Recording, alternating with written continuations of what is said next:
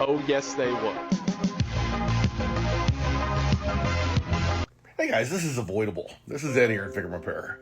Um, so here we have a 2020 truck, so a 5-year-old truck with about 200,000 miles on it seemingly, in Texas where it's warm. And take a look at all that soot, right? So what's happened? Well, we know what's happened. The after treatment system is failing on this truck, and has failed this truck, has failed this engine. And now we got a motor that started to run so bad that it went under the knife to say what the Sam Hill's going on, and you see every freaking passageway goobered up. And that's exactly what happens, and it happens in cold climates, it happens in hot climates, it just happens. And I'm trying to tell you, if you want to save your engine, why are you just being a stick in the mud? You know, we know that the federal government, they're just here to help us, have these rules about after treatment systems that we're not going to be able to get away from. We're just not. And you can put the truck on a diet and all these things, but the number, it's still not going to prevent wet stacking, by the way, but it's all the goo in the motor and everything else. But here we've got a motor that obviously spent some time idling, and it's been idling in Texas where it's toasty. But what happens is when diesel is idling, it builds up all this soot and everything else. And so excessive idling causes a problem. Now, remember the video from Dave saying, hey, don't let your truck idle, don't let it warm up. Well, okay, we can agree to disagree on that. Let your truck warm up to operating temperature and then push it, work it. Don't use it for a grocery getter, right? And burn all this crap up out of there.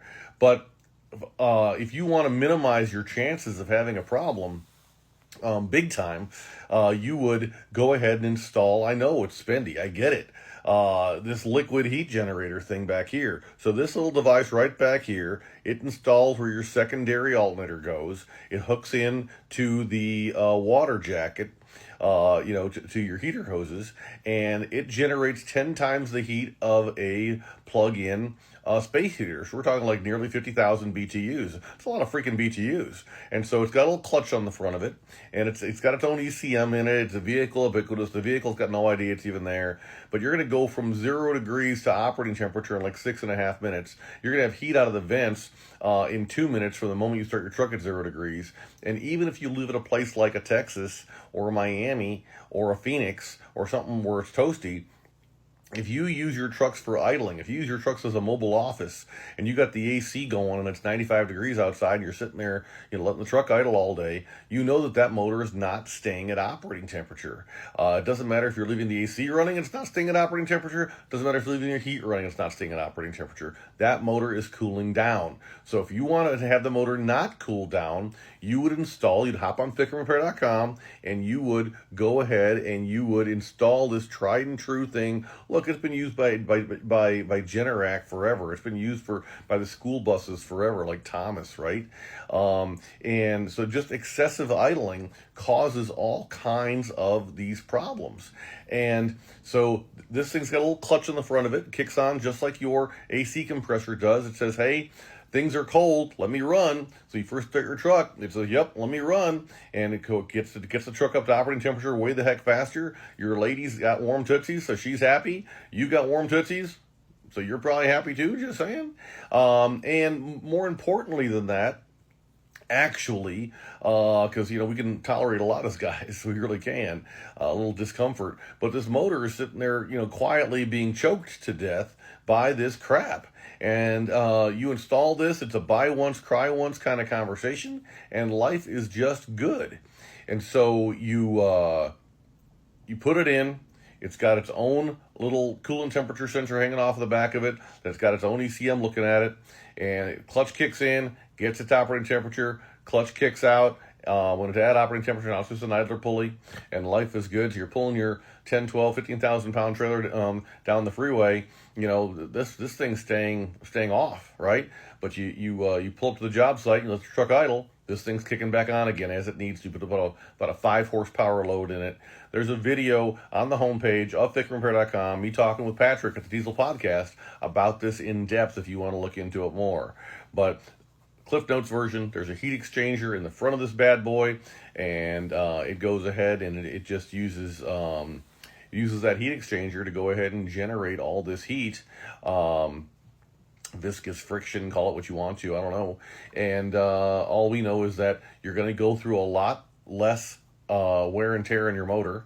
You're probably going to get better fuel economy because diesels like to be hot, they don't like to be cold. And your after treatment system is going to be way happier with you, so your need to use DEF as often is going to be reduced. So, hey, the alternative is to let your motor look like the one in this video. And I just don't want that for you. So, if you excessive idle, this is a no-brainer, right? Do this. If you live in a cold climate, this is a no-brainer. Do this. If you go into regen all the time, that's an indication of this. Do this, right? Pretty much any diesel this would work for. Now, this works for 17 and newer Ford, Chevy, and Dodge, and so we got bracketry for all that. But if you're a fab guy and you can go ahead and fab this up for your old 7.3 or your old just your older engines, anything, just fab up the bracketry for it.